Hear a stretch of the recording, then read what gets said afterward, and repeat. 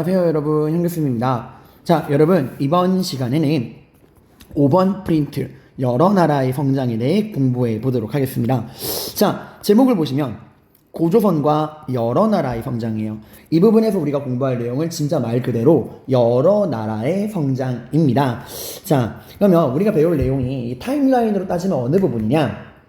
자, 여러분, 청동기 시대에 청동기 문명을 기반으로 우리 민족 최초의 국가인 제정일치의 군장국가의 단군조선이 수립이 됐어요. 그죠? 그러다가 그 단군조선이 이제 나중에 뭐로 발전합니까? 철기에 기반한 연맹왕국 단계까지 간 위만조선으로 발전을 합니다. 그리고 그 위만조선은 결국 누구에게 망하죠? 중개무역에 대한 불만과 흉노를 견제할 목적으로 중국, 한나라, 무제의 침략에 의해서 결국 왕검성이 무너지고 고조선은 BC 108년에 멸망하게 됩니다. 그리고 한나라는 그 고조선을 직접 지배하기 위해 고조선의 땅에다가 4개의 군현을 설치하죠. 낭랑, 진번, 임둔, 현도라는 4개의 지역에 군을 설치합니다. 이게 바로 한사군이었어요.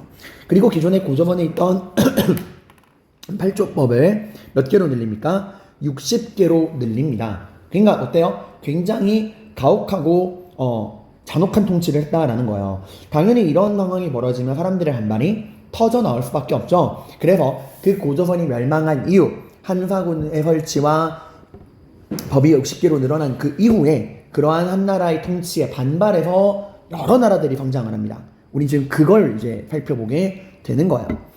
이 부분은 전형적인 서랍 정리 파트예요. 우리가 이제 서랍을 정리할 때 내가 어느 물건을 어디에 넣겠다라고 하는 분류 기준을 마련해 놓고 그대로 물건을 정리해놔야 필요한 물건을 그때그때 끊어 쓰잖아요. 이 부분도 마찬가지입니다. 여러 나라들이 등장을 하는데 그냥 무지성으로 마구잡이로 내용을 때려 넣으면 필요한 내용이 나중에 인출이 안 돼요. 그러니까 반드시 기준을 나누고 체계적으로 구조적으로 내용을 정리해야 하는 파트입니다. 그럼 어떻게 내용을 정리할 것이냐? 여러 나라 성장의 내용 정리 방법. 첫 번째, 위치. 각 나라가 이 지도상에서 어느 위치에 해당하는가, 나라별 위치를 여러분이 파악을 하셔야 되고요. 위치를 파악했으면 이제 각 나라별 특징에 대해서 공부를 하시겠죠? 근데 그 나라별 특징을 정리를 할 때 4가지 기준으로 정리합니다. 몇 가지요? 4가지요. 정치, 경제, 사회 풍속, 그 다음 제천행사. 이렇게 4가지의 기준으로 내용을 정리하시는 거예요. 자, 그럼 우리 한번 오늘 이 기준대로 나라별 위치를 지도에서 파악하고 그 지도에서 위치를 파악한 이후에 각 나라별 특징을 정치, 경제, 사회, 제천행사 순으로 나누어서 정리를 해보도록 하겠습니다. 자, 보시면 이번에 배울 거예요. 부여, 고구려, 옥저, 동해, 마한, 진안, 변안. 이 대략적인 위치 여러분들이 지도에서 확인을 해두시고요. 우리 순서대로 맨 위에 있는 부여부터, 고구려와 백제의 뿌리가 되는 부여부터 공부해 보도록 하겠습니다. 자, 부여는 그냥 성립한 위치는 여기가 이제 북만주 지역인데요. 흔히 이제 송화강 유역이라고, 숭화강 혹은 이제 뭐 자료에 송화강이라고 나올 때도 있어요. 같은 말입니다. 송화강 유역의 중요한 거는 평야에서 시작을 했다는 거예요. 여기는 정말 드넓은 평야입니다. 오늘날에도 기차를 타고 가도 몇 날 며칠 산이 보이지 않을 정도의 뻥 뚫린 평야, 개활지대예요. 이런 넓은 평야에서 시작한 부여는 경제적으로 당연히 평지가 넓으니까 뭐하게 좋아요? 농사가 정말 잘 되겠죠. 그죠? 농업이 정말 잘 될 겁니다. 근데 땅이 얼마나 넓은지 농사를 짓고도 땅이 남는 거예요. 그 남는 땅을 버릴 순 없으니까 그 남는 땅에 뭐 하는 거야? 짐승들을 풀어서 기르는 거예요. 그래서 부여의 경제를 상징하는 키워드 중에 하나가 바로 반농반목입니다. 절반은 농업을 하고 절반은 목축을 한다. 그 정도로 땅이 넓고 풍요로워서 농업과 목축을 동시에 했다. 굉장히 풍요로웠다라는 거예요. 부여가 얼마나 이 목축에 진심이었냐? 그럼 부여의 정치체제에서도 드러나는데 부여는 연맹왕국입니다. 자, 우리 연맹왕국이 뭐라 그랬죠? 네, 말 그대로 연맹. 각각의 군장이 지배하는 독립적인 부족들이 서로 뭐해서 연결하여 동맹을 맺어 만든 나라다라는 거예요. 그죠? 자, 그러면 부여는 몇 개의 부족이 연결해서 동맹을 맺어 만든 나라일까요? 부여는 5개의 부족. 각각의 군장이 지배하는 5개의 부족이 함께 연결하여 동맹을 맺어 만든 나라입니다. 그래서 오부족 연맹 국가, 오부족 연맹 왕국이라고 이야기를 해요. 그럼 이 5개 부족 중에서 그나마 상대적으로 힘이 강한 부족의 대표가 왕이 되겠죠. 그죠? 이제 왕이 나올 것이고, 그 다음에 몇 개 부족이 남아요? 4개 부족 중에 그나마 힘이 강한 부족 하나가 왕이 됐어. 그지? 나머지 4개가 남지, 그지? 그 나머지 4개 부족의 명칭을 보시면은 마가, 우가, 구가, 저가라고 나와요. 마가, 말부족, 우가, 소부족, 구가, 개부족, 저가, 돼지부족입니다.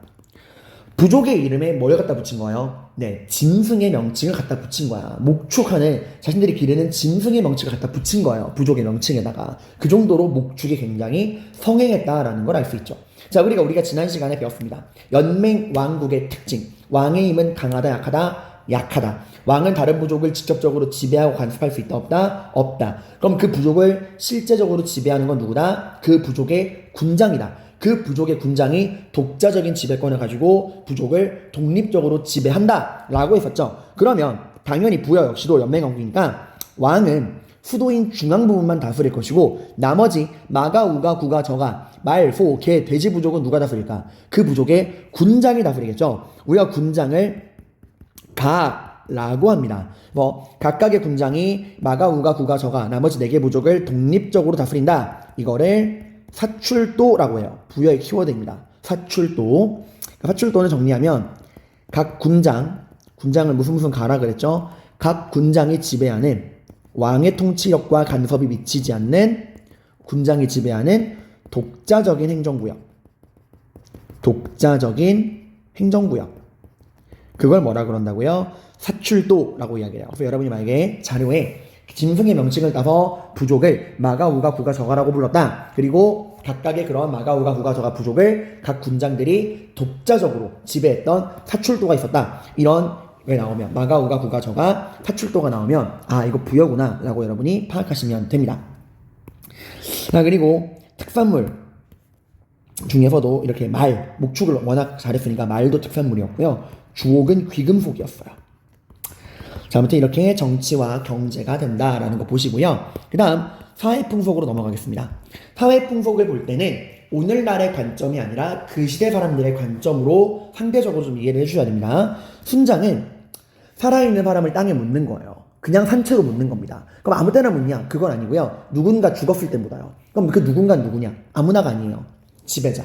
왕이나 군장이 죽었을 때 그 왕과 군장을 따르던 노예들을 같이 산채로 매장하는 겁니다. 왜 이런 일이 발생을 하느냐? 당시에는 일단 계급사회고요. 사후세계에 대한 관념이 있어요. 근데 이 두 개가 결합을 하다 보니까 어떤 생각을 하느냐? 살아서의 신분이 죽어서도 사후세계에도 그대로 이어질 거라 생각했어. 그러니까 살아서 왕과 군장은 죽어서도 왕과 군장인 거야. 그러면 이제 군장이나 왕이 죽어서 저승세계에 갔는데 혼자서 밥하고 빨래 할 수는 없잖아. 누군가는 현실세계처럼 자신을 도와서 수발을 들어줘야 될 거 아니에요. 그래서 이제 노예들을 데려가는 거야. 넌 살아서 나의 노예였으니 죽어서도 나의 노예다. 그러니까 죽어서도 저승세계여서 나의 시종을 들어라. 라는 식으로 해서 이제 같이 묻어버리는 겁니다. 다만 이거는 오래 가진 않아요. 이게 한 번 할 때마다 너무나 많은 노동력이 사라지는 거라 오래 가지는 못합니다. 그 다음에 우제전법이라는 게 있어요. 점을 치는 건데 중요한 건 소를 가지고 점을 쳤다는 거야. 이때 이제 소를 죽인 다음에 그 소의 발굽 있죠. 그 소의 발굽을 불에 달궈서 그 발굽이 깨어지는 정도를 보고서 점을 쳤다고 합니다. 여기서 좀 대단한 거는 점을 칠 때 소를 썼다는 거예요. 다른 나라는 꿈도 못 꾸죠. 소가 얼마나 귀중한 가축인데. 그러니까 부여가 그만큼 소를 점에 칠 때 이용할 만큼 목축이 풍족했다라는 것도 알 수 있고요. 이 우제전법에서 이거는 어디 영향을 받은 거냐? 중국의 상나라, 은나라라고 있어요. 이 은나라에서 이제 점을 친 다음에 그 점을 친 기록을 거북이 등딱지나 소의 어깨뼈에 기록을 하는데 그걸 우리가 갑골문자라고 이야기를 합니다. 한자의 원형이 되는 거죠. 여기에 영향을 받은 거예요. 자, 그리고 당시 부여 사람들은 독자적인 달력이 아니라 중국의 달력을 썼는데 그 중국 달력을 은나라 사람들이 쓰는 달력, 아까 저기 상나라, 은나라라고 이야기했죠. 은역이라고 이야기를 합니다. 그러니까 중국의 역법을 쓴 거예요. 자, 그래서 실제로 나중에 제천행사를 볼 때 부여의 제천행사는 12월에 열리는데 그 12월을 은역에서 따와서 은정월이라고 이야기를 해요. 자, 여러분 다시 한번 정리. 부여 사람들은 소를 가지고 점을 쳤다. 근데 이게 어디에 영향을 받은 거다? 중국 상나라, 은나라의 갑골 문자에 영향을 받은 거다. 점 칠 때 영향을 받았고요. 거기다가 은역이라는 중국 역법 달력을 썼고요. 실제로 12월을 은정월이라고 불렀고요. 이런 것들을 통해서 우리가 알 수 있는 거는 부여가 중국과 죄송합니다. 부여가 중국과 교류가 어땠다?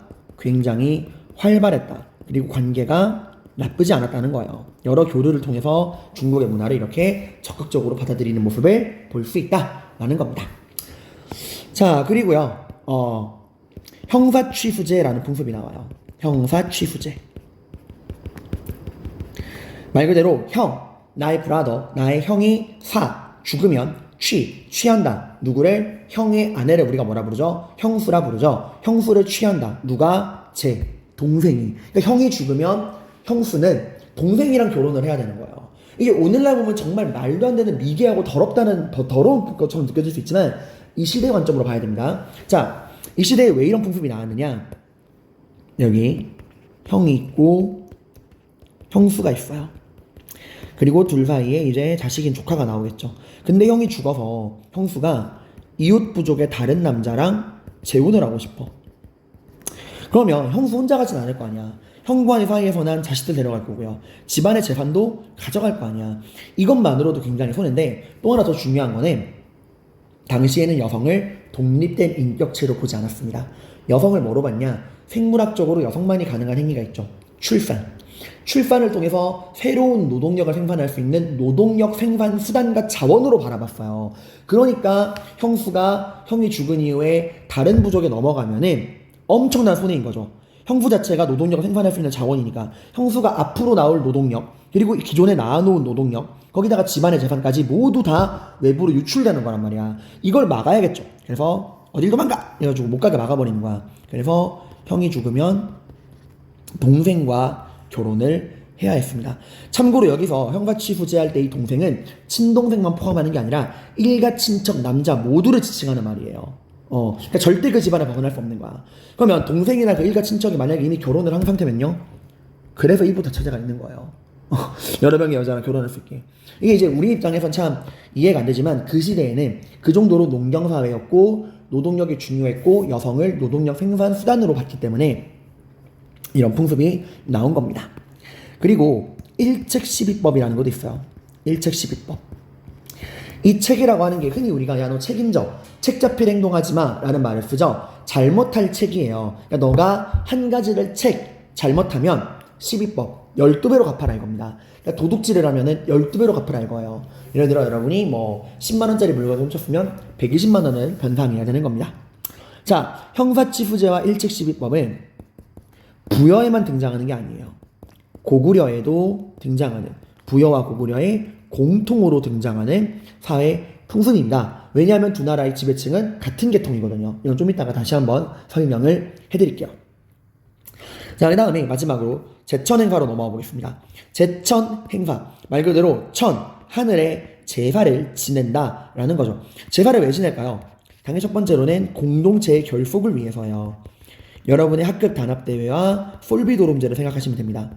가뜩이나 연맹왕국이라 평소 때 이제 부여라는 인식보다는 나는 마가, 우가, 구가, 저가 사람이야 라는 식으로 독립성이 강했잖아요. 그러니까 1년에 한 번만이라도 다 같이 모여서 먹고 마시고 놀면서 공동체 의식을 기를 필요가 있었다라는 겁니다. 두 번째는 그럼 왜 하필 하늘이냐? 빌어야 되거든요. 무엇을? 농사와 사냥의 번영을, 성공을 기원하는 겁니다. 자, 그럼 우리 여기서 한 발 더 나아가서요. 만약에 여러분이 농사의 성공을 위해 제천행사를 해야 되는 입장이라고 생각해 봅시다. 그럼 언제 제천행사를 지내야 될까? 농사를 위해서 제천행사를 지낸다면. 그쵸. 봄 아니면 가을일 거예요. 씨 뿌리기 전이나 후에 제사를 지내야겠죠. 그러니까 예를 들어서 봄에 5월에 씨 뿌리기 전에 이제 씨를 뿌리면서 올해도 농사 잘 되게 해주세요 하면서 제사를 지내거나, 혹은 다 농사가 끝나고 추수하는 가을에 10월에 추수하면서 올해도 농사 잘 되게 해줘서 감사합니다, 내년에도 농사 잘 되게 해주세요, 이런 식으로 농사랑 관련된 제천행사라면 씨 뿌리기 전이나 후, 봄이나 가을, 5월이나 10월에 행사를 지내야 돼요. 근데 지금 부여는 제천 행사를 언제 지낸다고 나와요? 12월입니다.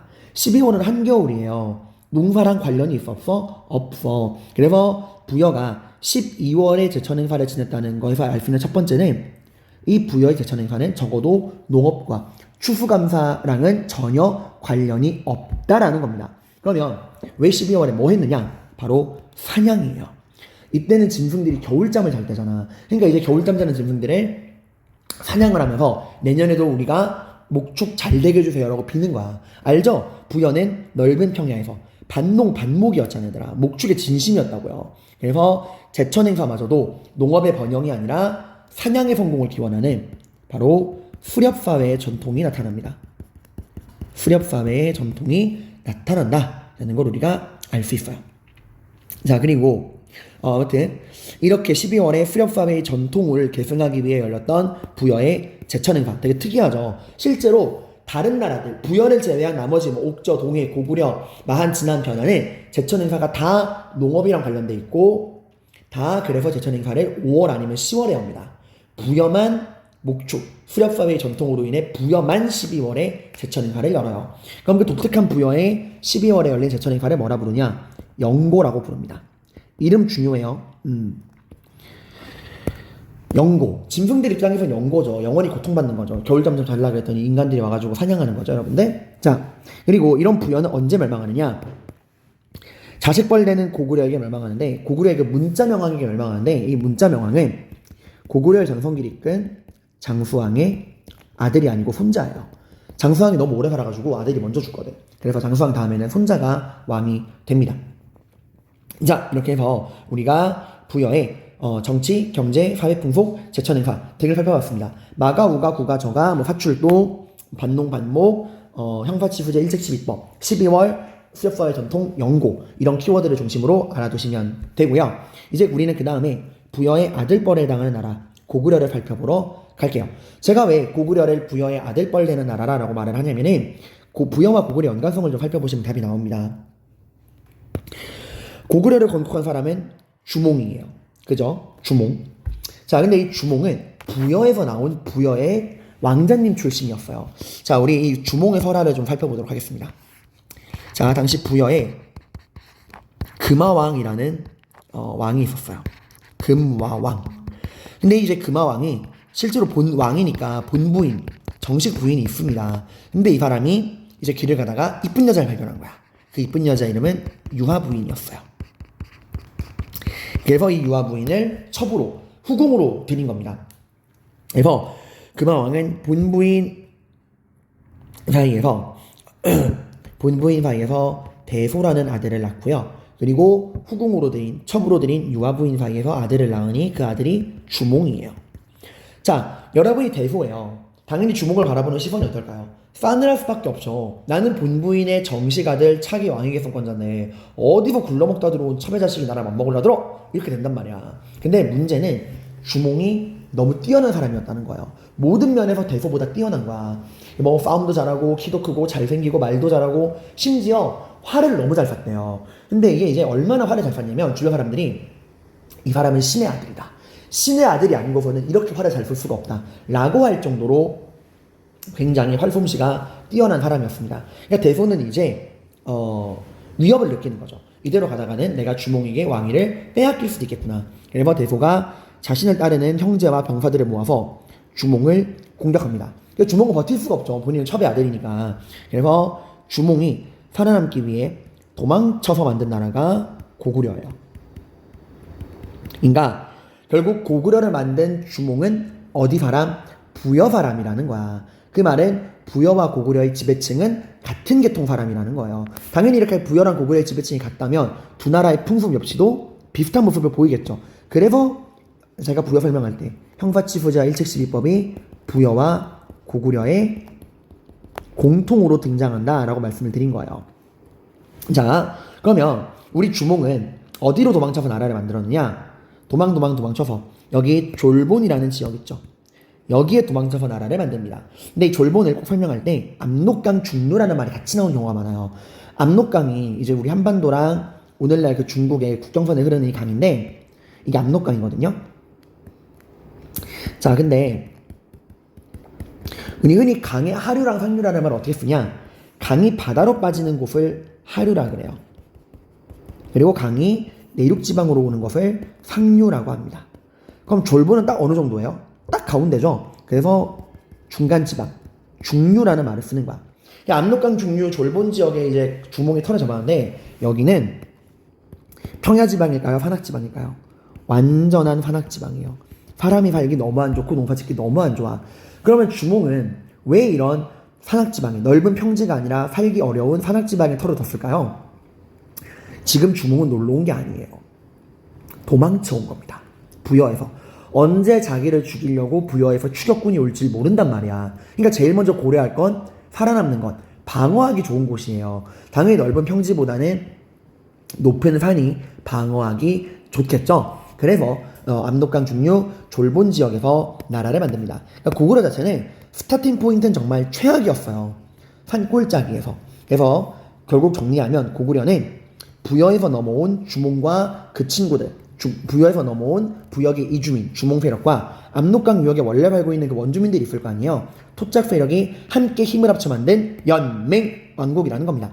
자, 고구려는 여러분이 부여랑 비교를 계속해 보셔야 돼요.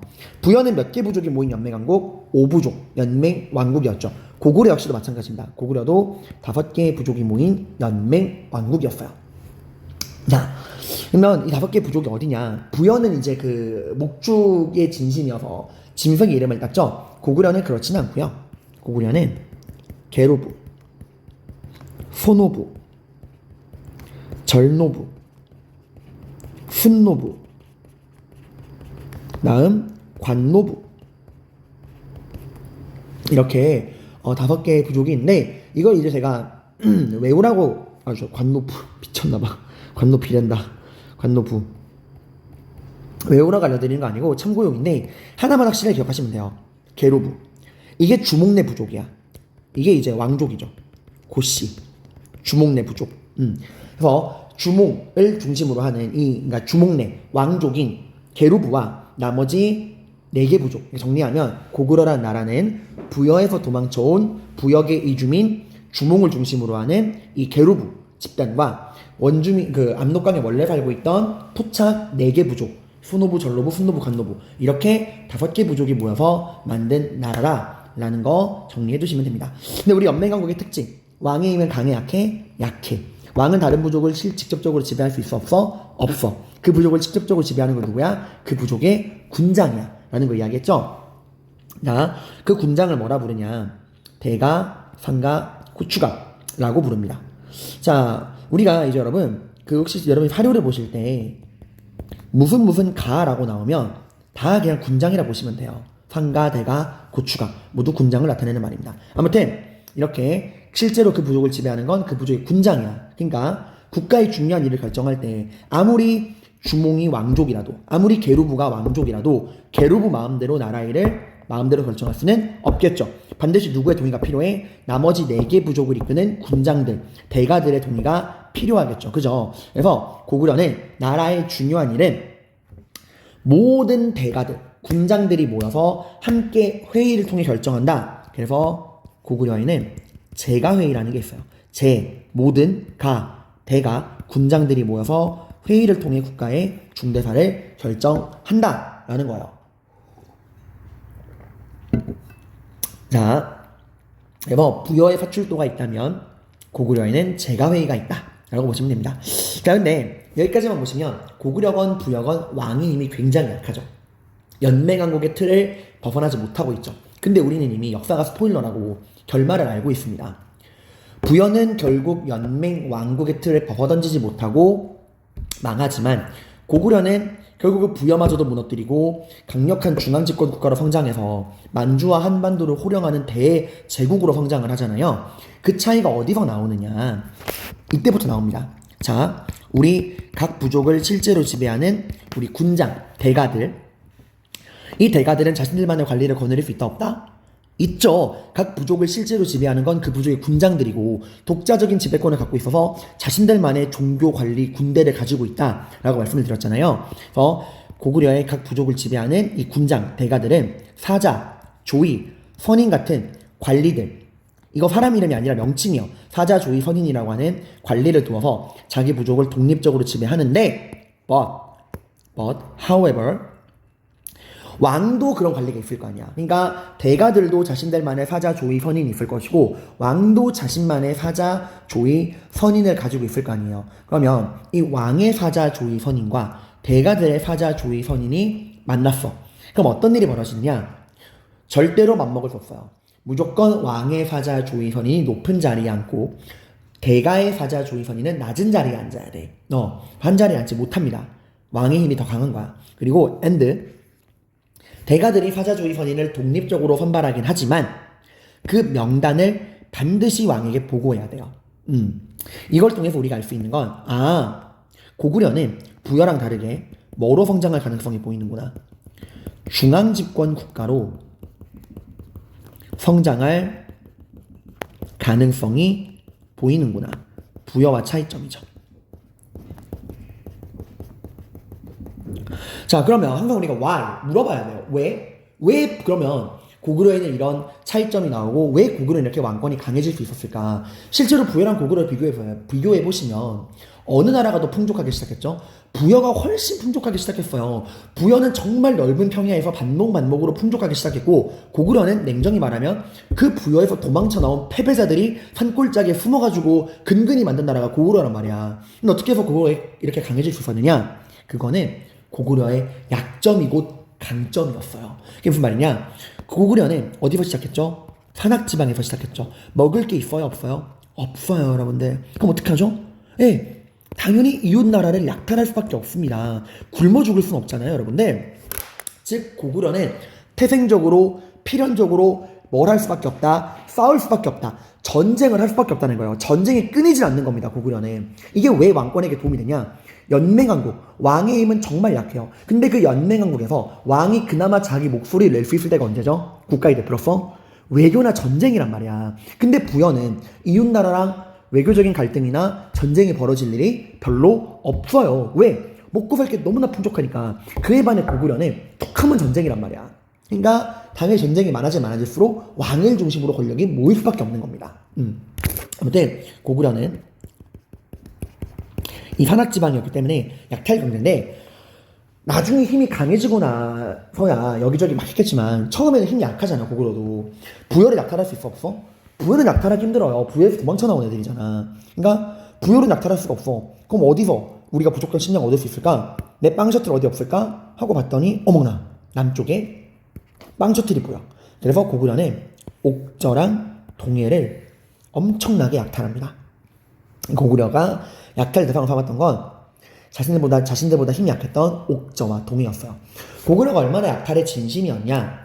이렇게 이웃 부족과 나라를 약탈해서 얻은 물건 있죠. 그거를 보관하는 전용 창고가 따로 있었어요. 이거 역사적인 용어입니다. 부경이라고.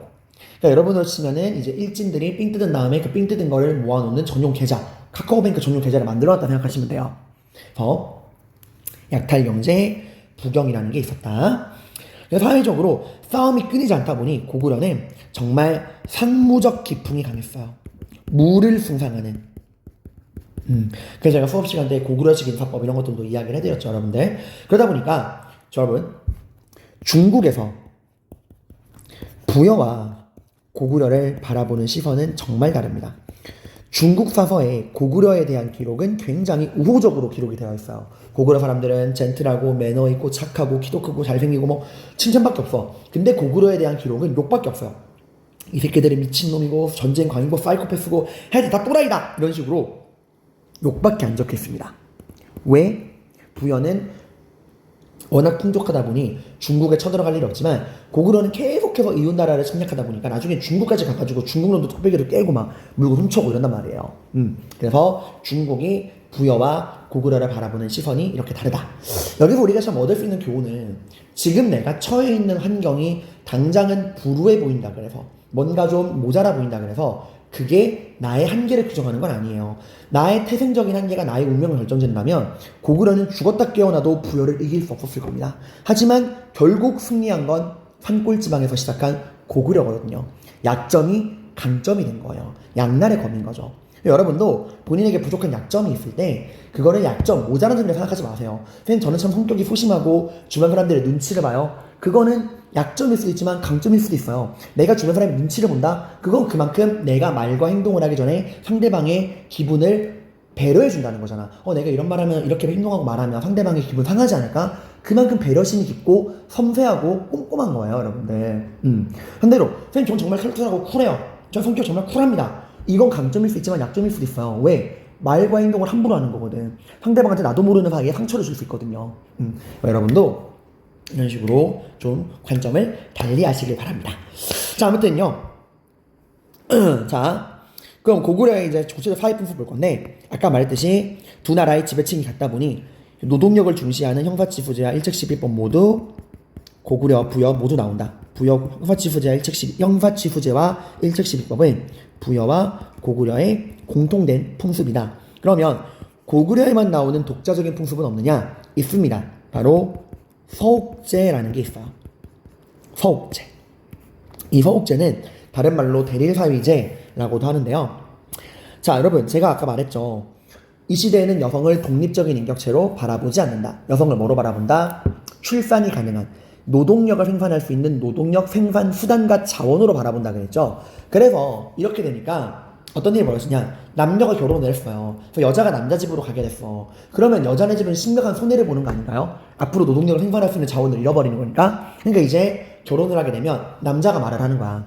제가 당신네 집안 딸과 결혼을 하게 되었습니다. 근데 제가 당신네 집안 딸과 결혼을 하게 됨으로써 당신네 집안에 큰 손해를 입히게 되었습니다. 당신네 집에 노동력을 생산할 수 있는 자원을 제가 가져온 거니까요. 그래서 그로 인해 당신이 보는 손해를 제가 보충해드리겠습니다. 어떻게? 제가 몸으로 때우겠습니다. 노동력을 제공해드리겠습니다. 라고 하는 거야. 이게 무슨 말이냐면 고구려에서는 남녀가 결혼을 하면은 여자가 바로 남자네 집으로 가는 게 아니에요. 우선 남자가 여자네 집, 이 처갓집으로 갑니다. 이 처갓집에는 이제 장인어른과 장모님이 살고 있겠죠? 이 처갓집 옆에 사위는 조그마한 집을 지어 이 집을 서옥이라 그래요. 서가 사위 서자고 옥이 지복자야. 그러니까 사위가 사는 집이라 이거예요. 서옥은. 이 서옥을 지은 다음에 일을 해줍니다. 아침에 눈 뜨고 밤에 잠들 때까지 처갓집을 위해서 일을 해주는 거예요. 농사도 지어주고 가축도 기르고 분리수거도 하고 막 일을 열심히 하는 겁니다. 언제까지? 결혼한 여자 사이에서 아이가 태어나서 그 아이가 장성할 때까지. 적어도 이제 10년, 20년은 거기서 일을 해주는 거죠. 그러고 나서 자기 집으로, 남자네 집으로 여자와 아이를 데리고 돌아가는 겁니다. 그래서 이건 역시도 굉장히 노동력을 중시하는 풍습이다 라는 거고요. 고구려의 제천 행사는 부여만 특이하게 12월이라고 했고 나머지 나라들은 다 농업과 관련돼 있어가지고 5월 아니면 10월이라고 이야기를 했죠. 고구려도 10월에 제천 행사를 여는데 그 제천 행사를 동맹이라고 이야기를 합니다. 동맹. 자, 근데 이 동맹을 어디서 여느냐? 이 장소가 은근 중요해요. 그럼 그 10월에 동맹을 어디서 여느냐? 국동대열이라는 곳에서 여는데 이 국동대열이 어디냐? 국내성, 동쪽의 대열, 큰 동굴. 여기에서 동맹이라는 제천행사를 연다는 거야. 그래서 만약에 그 자료에 이 나라는 매년 10월마다 온 나라 사람들이 국내성 동쪽 큰 동굴에 모여 제사를 지낸다. 이러면 고구려에 대한 설명이에요. 근데 일단 이거까지 오케이. 근데 국내성 갑자기 왜 나오냐? 자, 우리 고구려의 근거지가 어디였죠? 압록강 중요 산골짜기 졸본이었어요. 근데 주몽이 여기에 털을 잡았는데 여기는 너무 깊은 산골짜기인 거야. 그러니까 먹고 살기가 너무 안 좋으니까 주몽 다음에 왕이 된 고구려의 이대왕 유리왕, 황조가라는 시조를 지은 왕입니다. 저기 가는 저 꾀꼬리 암수 서로 정답게 노리는데 나는 솔로, 이런 시를 지은 거죠. 근데 그 유리왕 때 수도를 국내성으로 옮겨요. 국내성도 물론 산골짜기 산악지방이긴 한데 졸본보다는 좀 살기가 좋아. 분지 지형이거든. 아무튼 국내성으로 수도를 옮기게 됩니다. 이때부터 고구려는 쭉 국내성이 수도였어요. 언제까지? 장수왕이 평양으로 천도할 때까지. 자, 아무튼 그 국내성의 동쪽에 큰 동굴 국동대열이 있고 이 국동대열에 매년 10월마다 사람들이 모여서 동맹이라는 행사를 지냈다라는 겁니다. 근데 여기서 또 하나 특이한 거는 그럼 그 제사를 지낼 때 누구에게 제사를 지내냐? 당연히 고구려를 건국한 주몽에게 당연히 제사를 지낼 거예요. 주몽은 기본이야. 근데 특이한 건 주몽뿐만 아니라 주몽의 엄마인 유아 부인에게도 제사를 지냈어요. 특이한 거죠. 왜냐면 이 시대는 여성을 노동력 생산 자원으로 바라보는 시대인데 주몽의 엄마라는 이유로 제사를 지내줄까요? 왜 제사를 지내줄까? 그 이유는 여러분 정치적인 정통성과 명분에 있습니다. 자, 고구려가 만들어진 이후에 부여가 바라보는 고구려는 어떤 나라냐? 여러분이 부여 사람이에요. 고구려 바라보는 시선이 어떨까? 도망자들, 비겁자들, 배신자들 이렇게 말하겠죠. 야, 결국 니네 나라를 만든 주몽이라는 임금이나 그 임금의 엄마나 결국 우리나라 왕의 첩이고 첩의 자식 아니었어? 결국 니네 나라 고구려는 우리 부여의 첩과 첩의 자식이 만든 우리 부여의 첩 같은 존재야 라는 식으로 이제 깔아뭉갠단 말이야. 이게 당연히 고구려 입장에서는 국가의 정통성 차원에서 이게 치명적인 문제가 되겠죠. 그래서 이런 인신공격을 방어하기 위해서는 누구의 격이 올라가야 돼? 유아 부인의 격이 올라가야 돼요. 그래서 이제 고구려가 말하는 거죠. 무슨 소리냐? 우리 건국자인 주몽의 어머님이신 유아 부인께서는 너희 금화왕의 첩 같은 존재가 아니다. 너네 몰랐구나. 우리 유아 부인은 사실 말이야 강의 신이신 하백의 딸이야. 강의 신인 하백의 딸이야. 라고 이제 신의 딸로 강의 신인 하백의 딸이다. 라고 이제 신분 세탁을 해버리는 거죠. 강의 신인 하백의 딸이다. 그래서 주몽이 그 부여에서 탈출하는 그 이야기를 보시면 그 이야기가 나오잖아. 막 도망가고 있는데 뒤에서는 이제 부여에서 대소가 보낸 군대가 따라하고 있는데 앞에 커다란 강이 흘러 건널 수가 없어. 뒤에는 추격군, 앞에는 강. 이대로 죽을 것인가? 그래서 주몽이 할아버지인 하백에게 기도를 하죠. 할아버지 도와줘요. 이러니까 이제 할아버지가 그 강에 살고 있는 모든 물고기랑 거북이에게 후집령을 내려서 얘네들이 막 위로 팍팍 뛰어 올라가지고 저희를 밟고 지나가세요. 이래가지고 주몽이 그 강 위로 떠오른 거북이랑 물고기를 밟고 지나간다라고 하는 어별성교의 이런 설화가 나와요. 그러니까 이런 걸 통해서 이제 우리 집안은 이 고구려의 군국 집안은 신의 핏줄을 이은 성스러운 집안이다 라는 식으로 이제 얘기를 해야 되니까 이런 이야기가 이런 형태가 나오게 된 겁니다. 그래서 유아 부인에게도 제사를 지내는 거예요. 자, 그리고 이제 고구려까지 봤고요. 우리 그 다음에 고구려의 불강한 빵 셔틀 옥저랑 동해를 살펴보겠습니다. 근데 옥저랑 동해를 여러분 도매금으로 묶으시면 큰일 나요. 옥저 동해는 반드시 구분하셔야 됩니다. 옥저와 동해는 반드시 구분하고 비교해야 돼요. 이게 실제 여러 나라 성장의 기출문제를 보시면 제일 많이 나오는 게 옥저랑 동해로 구분하는 거예요. 구분하라는 거는 공통점과 차이점을 놔두라는 거죠. 그러면 옥저 동해 공통점부터 보겠습니다. 옥저 동해는 왜 why 고구려의 빵 셔틀이 되었느냐? 일단 위치를 보세요. 네, 옥저 동해는 오늘날의 함경도와 강원도 동해안 지방에 치우쳐져 있습니다. 너무 변방 지방이에요. 교통이 너무나 좋지 않아. 오늘날에도 우리 수원에서 강원도 갈 거면 4시간 정도 걸려요, 여러분들. 그러니까 변방에 있다. 교통이 좋지 않다. 그러다 보니까 뭐 하기 안 좋다? 선진 문물을 받아들이기에 어렵다. 이 선진 문물은 어디서 오는 문물을 말하는 거야? 중국에서 오는 문물을 말하는 거예요. 근데 육지로 선진 문물을 받아들이려고 하니 고구려가 막고 있고 바다를 통해 가자니 동해를 지나가지고 뺑 돌아가야 되는데 그 시대 기술로는 어림도 없죠. 그래서 선진 문물 수용이 어렵다. 근데 문제는 얘네가 이렇게 변방에 치우쳐져 있는데 그냥 거지 동네면은 차이 나왔을 텐데 잘 살아. 여기가 일단 바닷가 지방이라 해산물이 엄청 풍족하고요. 여기가 또 산으로 둘러싸여 있지만 그 안에는 드넓은 평지예요. 함흥평야 지역이 이쪽이야, 얘들아. 함흥냉면이 유명하잖아. 왜 거기 냉면이 유명하겠니? 식량이 풍족하니까 밥 이외에 다른 걸 만들어 먹을 수 있는 거예요. 여기가 굉장히 토지도 비옥하다. 이러니까 이제 고구려 입장에서 땡큐죠. 선진문물도 못 받아들여서 발전 단계도 느린 애들이, 힘도 약한 애들이 가진 것 많아 빵 셔틀 합격된 거예요. 그래서 고구려가 주구장창 약탈을 합니다. 그래서 늘 고구려에게 약탈을 당하다 보니 옥저랑 동해는 정치적으로 성장하는 게 굉장히 어려웠어요. 그래서 왕이 없는 군장국가 단계에서 멸망하게 됩니다. 연맹 왕국으로 발전하지 못해요. 그리고 결국에 고구려에 의해서 복속되게 됩니다. 자, 그래서 이 공통점을 다시 한번 필기를 해본다면 옥저랑 동해는 성립한 거는 옥저는 함경도 동해안, 동해는 강원도 북부의 동해안. 그래서 중요한 거 정치적으로 둘 다 고구려에게 좁혀지다 보니까 군장국가의 단계까지밖에 못 갔다. 왕이 존재하지 않았다. 그럼 그 군장을 뭐라고 불렀느냐? 읍군 혹은 삼노라 불렀어요. 그래서 자료에 읍군 삼노가 나오면 옥조동에 모두 군장국가였고 그 군장을 읍군 삼노라 불렀거든. 그러니까 읍군 삼노가 나오면 옥저일 수도 있고 동해일 수도 있는 거예요. 자, 그 다음에 경제적으로는 일단 뭐 옥저는 별로 특이한 게 없어요. 이제 지금까지 공통점 본 겁니다. 자, 둘 다 이런 반방지방, 선진물물 수용 어려움, 토지는 비옥화 해산물이 많아, 고구려의 약탈로 군장국가 발전 못했다. 그래서 지금 군장국가까지밖에 발전 못했다. 지금 이 공통점을 저랑 필기한 거예요. 함경도, 강원도, 왕이 없는 군장국가, 그 군장의 명칭도 둘 다 읍군삼노로 동일하다. 그러면 도대체 옥저랑 동일을 어떻게 구분해야 되느냐? 자, 일단 옥저가 경제적으로 특이한 건 별로 없어요. 뭐 바닷가 지방이나 소금이랑 해산물 많다 정도고, 옥저를 구분할 수 있는 건 여기 나옵니다. 사회풍속. 얘네들은 무덤을 만들 때 가족 공동 무덤인 골장제라는 걸 만들었어요. 가족들이 무덤을 같이 쓰는 거야.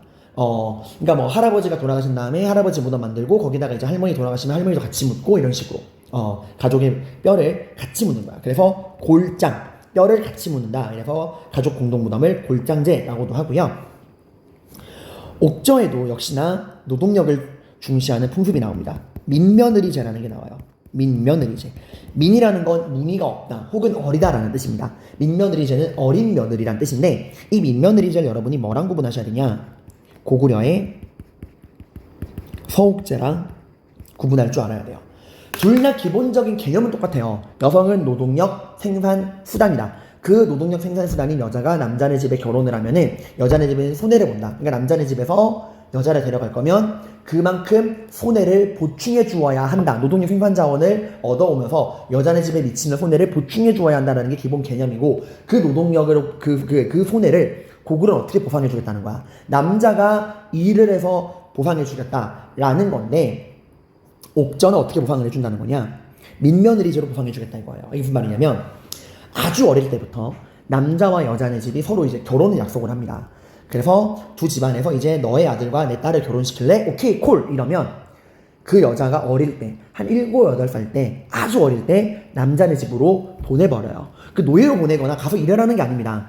남자네 집에서 그 결혼을 약속한 그 여자아이를 어릴 때 집에 데리고 와서 키워주는 거예요. 먹여주고 입혀주고 키워주는 거야. 그러니까 그 아이를 기를 때 들어가는 육아비용, 양육비용을 남자네 집에서 대는 겁니다. 그래서 그 여자가 성인이 될 때까지 육아비용을 다 대고요. 양육비용을 대고요. 그 다음에 여자가 성인이 되면 다시 본래 집으로 돌려보내. 그런 다음에 남자네 집에서 정식으로 예물을 싸들고 가서 당신네 집안 딸과 우리 아들을 결혼시켜도 되겠습니까? 라고 요청하고 여자네 집이 오케이 하면은 이제 예물을 주고 여자를 데려오는 거야. 이걸 우리가 흔히 매매혼이라고 이야기를 해요. 금전적 대가를 지불하는 거니까. 이건 역시도 노동력을 중시하는 거다. 그래서 노동력 중시 풍습, 고구려의 서옥제, 옥저의 민며느리제, 그리고 부여 고구려의 형사치수제 모두 다 노동력을 중시하는 모습을 볼 수 있습니다. 그 다음에 동해는요. 동해는 일단 특산물이 특이한 게 나와요. 해산물은 기본이고요. 과하마, 단궁, 반어피라는 게 나오는데, 단궁은 굉장히 짧은 활이에요. 여러분이 이제 판타지 영화나 이런 걸 보시면 서양 애들은 되게 긴 활을 쓰죠. 근데 우리는 반대로 굉장히 짧고 작은 활을 씁니다. 이게 더 사거리도 높고 파괴력도 세요. 특산물이고요. 다음 과하마. 말은 말인데 과일나무 아래를 지나가는 말이라는 거야. 그러니까 말이 굉장히 작은 거예요. 그래서 남자가 그 말을 타도 과일나무 아래를 지나갈 수 있을 정도로 말이 작다는 겁니다. 그러니까 서양의 말처럼 큰 말이 아니라 작은 말이야. 그래서 우리 고구려의 광개토대왕은 막 여러분 머릿속에 있는 광개토대왕이 막 크다는 말을 쓰고 막 이런 큰 말을 쓸 것 같지만 아니에요. 작은 말, 과하마 막 타고 단궁, 짧은 날 슉슉슉 던지고 타는 과하마와 단궁을 쓰는 광개토대왕 생각하시면 됩니다. 그럼 왜 이 말, 그럼 작은 말은 어떤 장점이 있냐? 파괴력은 서양의 큰 말보다 떨어지지만 지구력이 훨씬 좋아요. 오래가. 그리고 반어피는 바다표범 가죽입니다. 이 시대에 우리나라에 바다표범이 있었나요? 이때는 있었다 그래요. 그리고 사회풍습으로는 책화라는 게 나옵니다. 책화라는 게 뭐냐면 여러분, 책, 일책 11법 할 때 그 책이야. 너가 잘못했으면 책임지고 화해하라 이겁니다. 그럼 어떤 잘못이냐? 너가 이웃 부족의 경계를 침범한다면, 너가 이웃 부족의 경계를 침범하는 잘못을 저지른다면 반드시 책임지고 손나 말로 배상해서 화해해라라는 거예요. 그러니까 부족 간의 경계를 굉장히 중시한 겁니다. 그걸 넘어가는 게 큰 잘못으로 취급이 됐거든요. 그 다음에 조계혼이라는 것도 나와요. 조계혼은 우리가 신석기 때 배웠죠. 씨족에서 결혼을 할 때는 같은 씨족이 아니라 다른 씨족과 결혼한다. 씨족과 씨족이 바깥에서 결혼한다. 씨족 외 결혼, 족 외 혼. 자, 이걸 통해서 우리가 알 수 있는 거는 일단 책화, 부족 간의 경계가 굉장히 엄격했다라는 거는 지나치지 않습니다. 네. 재채기를 할 때는 옷선으로 가리고 해야 아이고, 하며 배경음이 섞이고 있어요. 손으로 눈, 코, 입을 만지지 않습니다. 열이 나거나 호흡기 증상이 있을 때는 자, 반드시 다시 한번. 자, 책화, 부족 간의 경계를 침범하는 거를 굉장히 경계했다. 부족 간의 경계를 언제까지 나온 거야? 부족 간의 경계를 굉장히 중시했다. 그리고 이 조계혼, 신석기 씨족 사회에 나온 풍습이잖아요. 그러니까 그만큼 이 부족들 간의 교류가 활발하지 않고 폐쇄적이었다라는 거예요.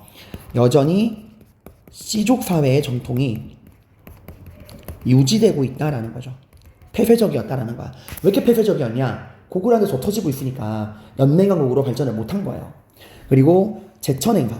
옥저도 아마 제천행사가 있었을 건데 기록상에 남아있지 않아서 뭐라 말은 못하겠고요. 동해에는 제천행사가 기록상에 남아있습니다. 10월에 무천이라고 하는 제천행사를 지냈습니다. 자, 여러분 이렇게 해서 일단 쥐가 지금 부여, 고구려, 옥저, 동해까지 봤고요. 이제 마지막 남은 사만 빠르게 정리해 보도록 하겠습니다. 자, 우리 사만은 여기 마한, 진한, 변한 이 세 가지를 다 아울러가지고 사만이라 그래요. 한이 세 개다. 마한, 진한, 변한, 한이 세 개다. 그래서 사만이라고 하는데 이 마한, 진한, 변한은 한반도 남부에서 시작을 합니다. 자, 이 사만의 시작은 우리가 이미 고도선 공부할 때 배웠어요. 진국 기억하세요?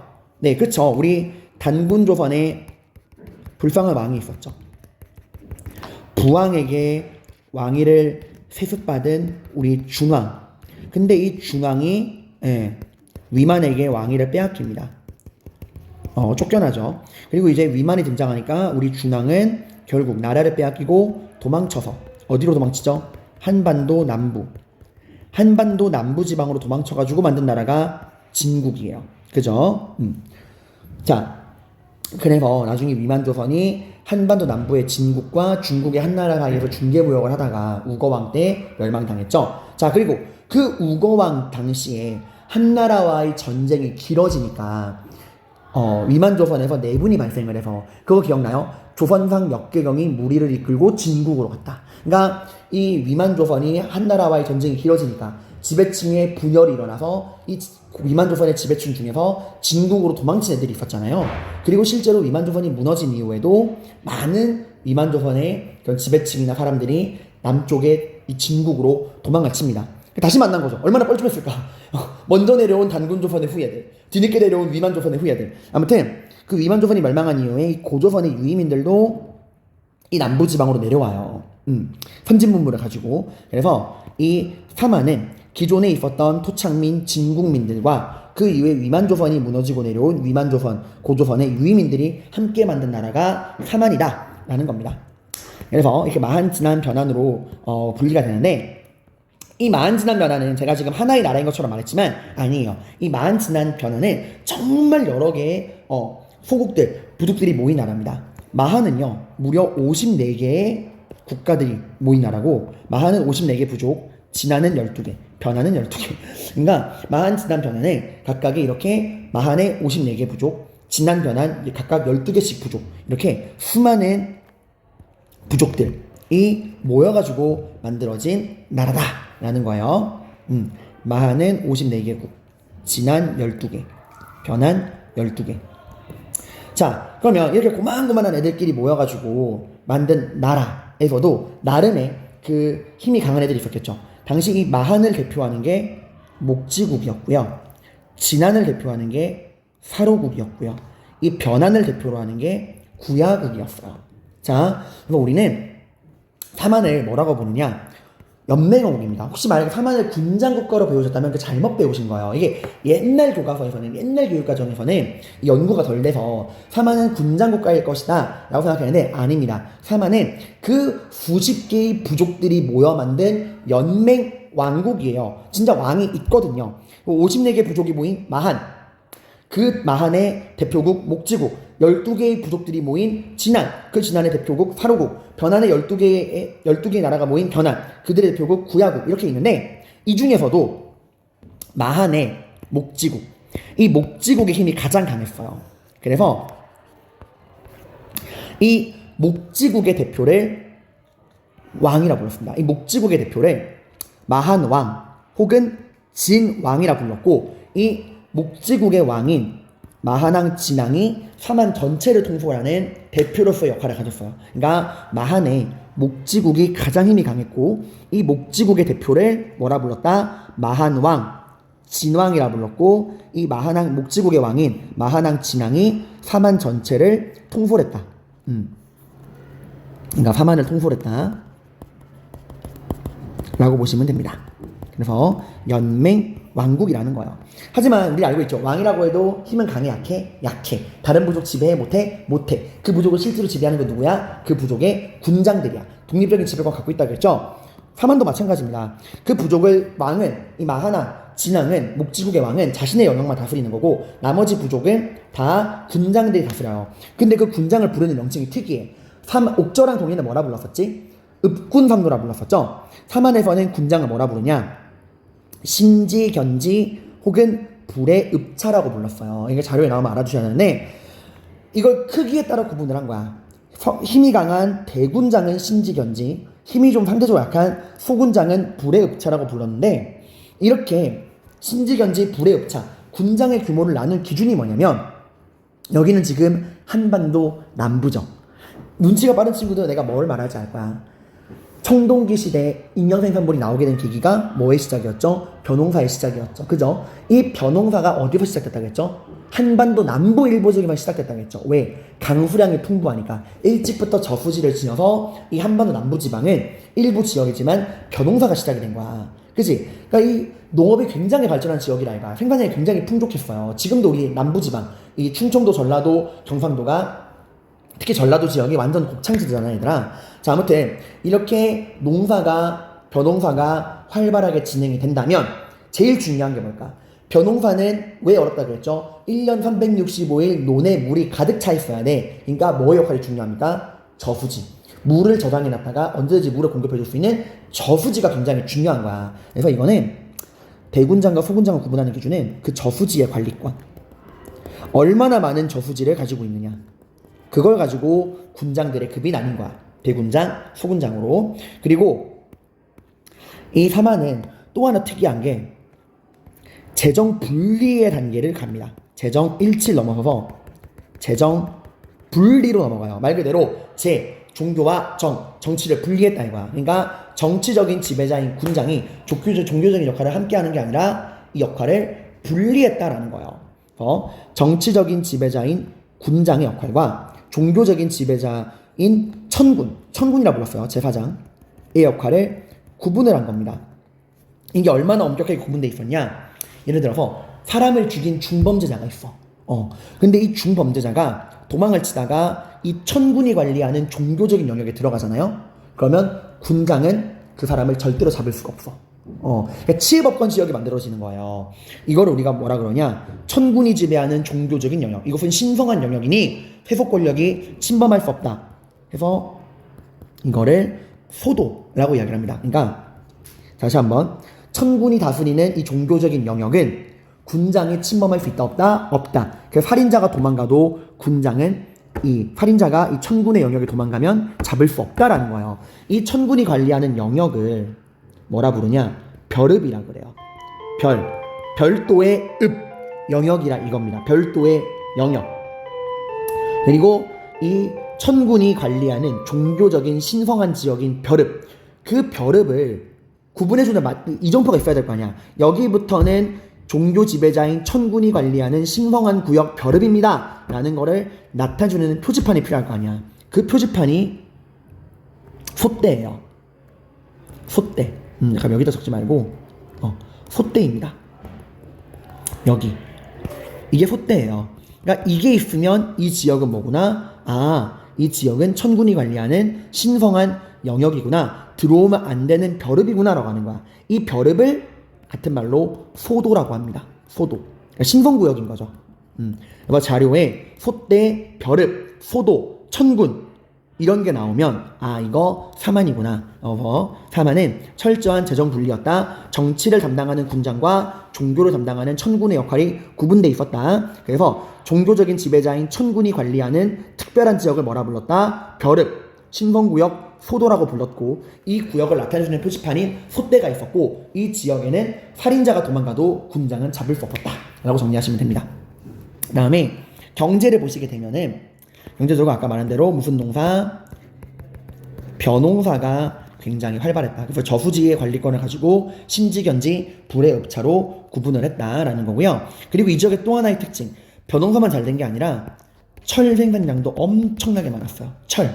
특히 이 중에서도 마한, 진안, 변한 중에서도 변한은 철이 얼마나 많았냐면 철을 화폐로 사용할 정도로 철이 풍부했다고 합니다. 그래서 나중에 고조선이 멸망하고 중국이 설치한 9년 중에서 나머지 그 진번, 임돈, 현도는 금방 망하는데 낙랑군은 되게 오래 가요.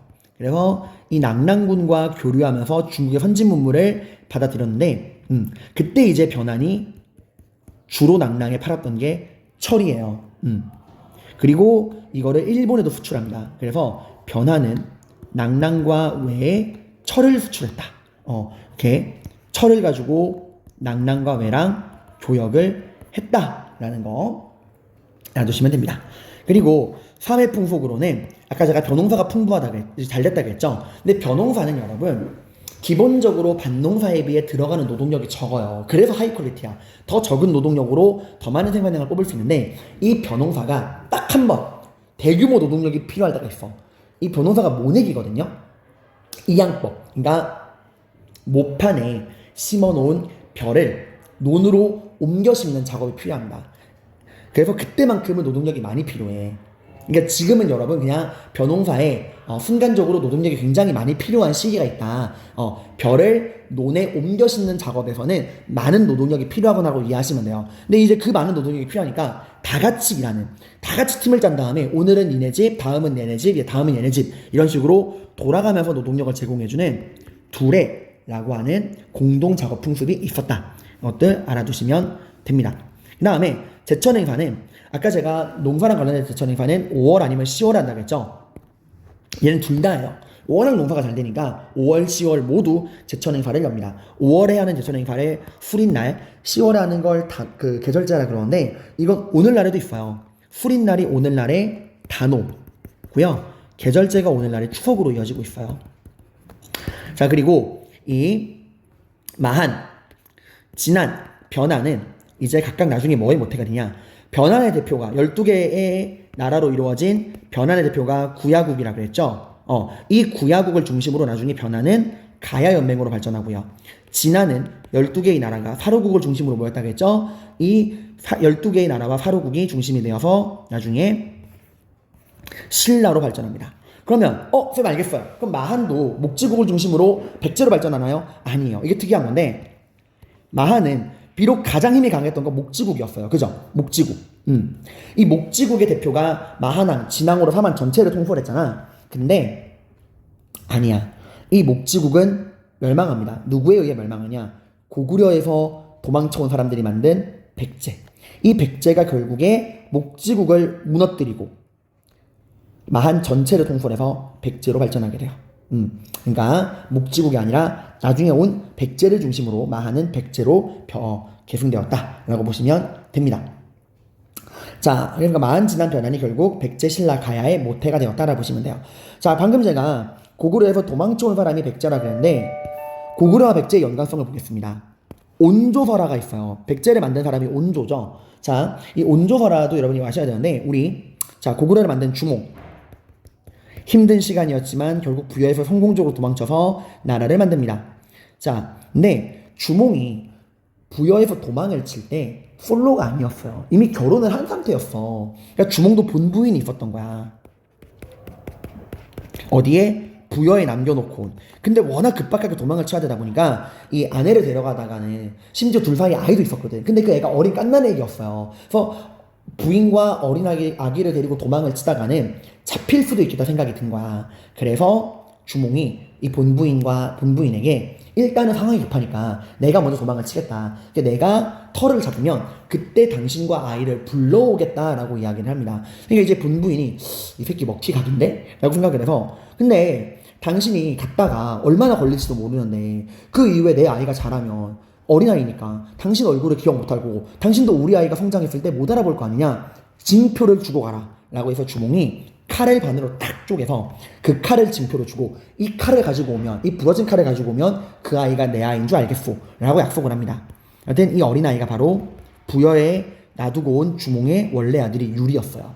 그리고 주몽은 이 졸본 지역에 내려가서 거기 있는 토착 부족과 결혼을 해서 그러니까 연맹을 맺어서 나라를 만들었잖아. 여기서 이 주몽이 또 그 나라를 건국하는 과정에서 가장 좋은 결합수라는 결혼이죠. 환웅이 옥녀랑 결혼했듯이. 그래서 주몽도 압록강 유역의 토착 부족 중에 하나인 소노부의 여자인 소소노랑 결혼을 합니다. 그리고 이 둘 사이에서 나온 게 온조와 비료예요. 그리고 주몽은 부여에 놔두고 온 본부인과 유리의 존재를 까맣게 잊고 있었습니다. 그러니까 이제 본부인이 이제 처음에는 유리한테 사실 숨겨요. 너는 이제 주몽의 아들애가 숨기고 있다가 이 새끼 부를 생각을 안 하는데 이래가지고 유리가 장성을 하니까 불러서 사실 너는 고구려의 왕 주몽의 아들이야 라는 출생의 비밀을 알려주고 이 부러진 칼을 가지고 니네 아빠를 찾아가면 너희 아빠가 너를 받아줄 거야 라고 합니다. 그래서 유리가 칼 들고 찾아오죠. 아빠 이러고 온 거예요. 그러니까 주몽은 그제서야 생각이 난 거죠. 아 맞다. 생각이 난 겁니다. 그러니까 이제 난감해진 거죠. 본부인과의 사이에서 난 원래 아들 유리 그리고 주몽이 고구려를 건국하는 과정에서 새로 결혼해서 나온 온조와 비류. 주몽의 선택은 본부인의 아들이었어요. 그래서 사실 왕권 강화의 측면인 거죠. 이게 그 소노부의 도움을 너무 많이 받다 보니까 이 상태에서 온조랑 비류가 고구려의 왕이 되면 게르부의 힘이 너무 약해질 것 같으니까 주몽은 정치적으로 선택을 한 거죠. 그래서 이 소소노와 온조 비류는 주몽 나쁜 놈 하고 남쪽에 내려가서 나라를 만드니 그게 백제입니다. 그래서 두 나라가 연관성 일단 온조설화 그리고 두 나라의 무덤이 비슷해요.